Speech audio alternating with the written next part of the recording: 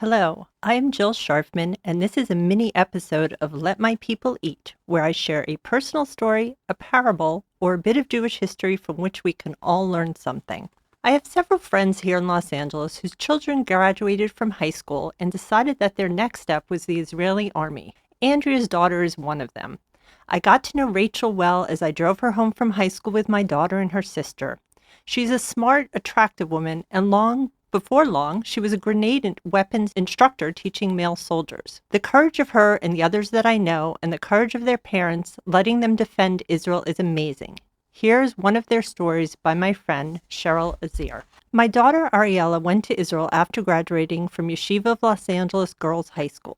Her plan was to join the Israel Defense Forces as a foreign volunteer, and despite the bureaucracy and language barriers, that is precisely what she did. She currently serves as a sharpshooter in the Karkal Battalion. Being the parent of a lone soldier is not easy, but it's nothing compared to what it's like for the young woman or man who is living thousands of miles from home without much or any family to help them in the way that parents and close relatives do. After many days or weeks on a base, there is no one to cook for them or do their laundry. They are completely dependent on public transportation, which can add hours to their commute during their limited time off. They can be lonely and homesick while knowing that it may be many months before they see their loved ones. Too many holidays, simchas, and milestones spent apart.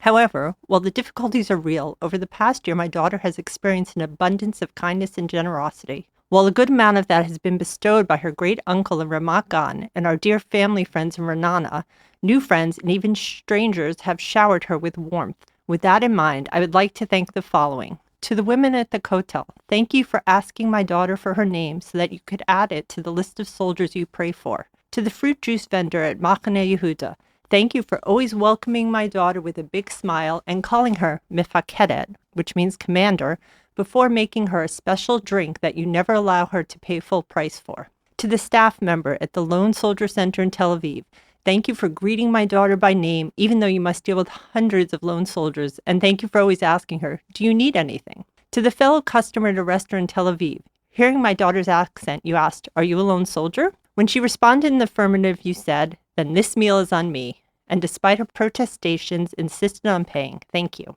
To the many people who've commented on my daughter's red boots, you ask kravi, which means combat, and when she says yes, the usual response is kol hakavod, or all the respect, meaning good job or way to go. Thank you for making her feel proud and appreciated. To Gitit, her Hebrew language commander at Michveh Alon, since my daughter's graduation from Michveh, you have become a dear and supportive friend, inviting her to spend Shabbos with you and your family and offering much appreciated encouragement as she navigates life in the army. Thank you.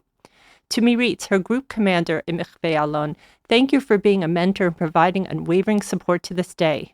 To Tal, her commander during her 7 months of training in Karkal, while just a year or so older than my daughter, you watched over and took care of her in a way for which I will ever be grateful. Thank you.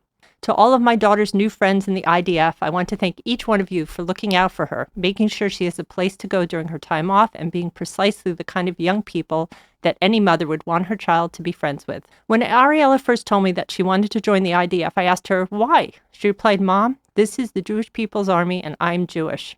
Just because I was born in Los Angeles, it's still my responsibility to serve. While I am tremendously proud of her decision, it's been extremely hard to be so far from my beloved girl. Yet what makes it a little easier is knowing of the many, many kindnesses that have been bestowed upon her. May each person who has shown my child such benevolence have their good deeds come back to them many times over. I am Jill Sharfman, and I hope this makes your day a little more satisfying.